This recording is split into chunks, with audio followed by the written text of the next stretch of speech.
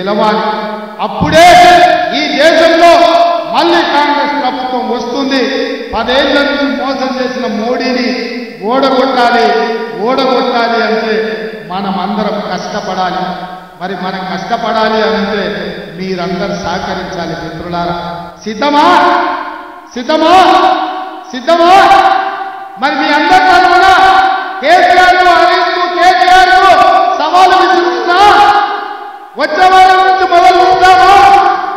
మొదలైంది. కేసీఆర్ కాస్కో నీ ఆట మొదలైంది. కొన ఊపిరితో ఉన్నావు. ఆయుధం కూడా నీ పీక విప్పే బాధ్యత, నీ పార్టీని పొందబెట్టే బాధ్యత మా వాళ్ళందరూ తీసుకున్నారు. ఇదే కాదు, మీకందరికీ చెప్తున్నా, మనమిచ్చే 6 గ్యారెంటీలు అమలు చేయడానికి గ్రామంలో 5 మందితో ఇందిరమ్మ కమిటీలు వేస్తాం. ఇందిరమ్మ కమిటీలలో మీరు ఉంటారు. ఎవరైతే మన పార్టీకి ఈ రాష్ట్రంలో అండగా నిలబడతారో సంక్షేమ పథకాలు వాళ్ళకు చేర్చాల్సిన బాధ్యత మీదే. అందుకే ఇంత ఓపిక ఈరోజు వచ్చి ఇక్కడ కూర్చొని ఈ సభను విజయవంతం చేసిన మీకందరికీ మనస్ఫూర్తిగా ధన్యవాదాలు తెలియజేస్తూ సెలవు తీసుకుంటున్నా. జై కాంగ్రెస్, జై కాంగ్రెస్, జై సోనియమ్మ. ధన్యవాదాలు మిత్రులారా. 14 ఎంపీలు గెలవాలి. అప్పుడే ఈ దేశంలో మళ్ళీ కాంగ్రెస్ ప్రభుత్వం వస్తుంది.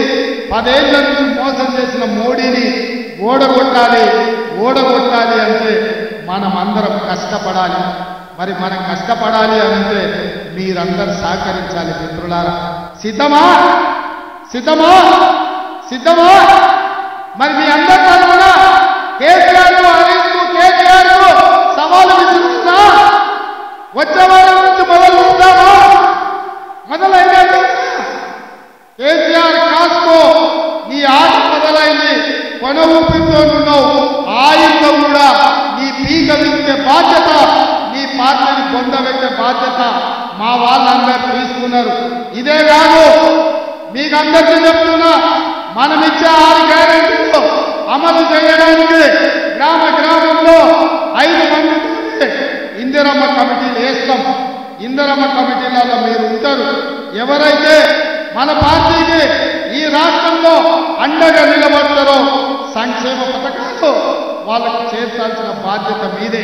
అందుకే ఇంత ఓపిక ఈరోజు వచ్చి ఇక్కడ కూర్చొని ఈ సభను విజయవంతం చేసిన మీకందరికీ మనస్ఫూర్తిగా ధన్యవాదాలు తెలియజేస్తూ సెలవు తీసుకుంటున్నా.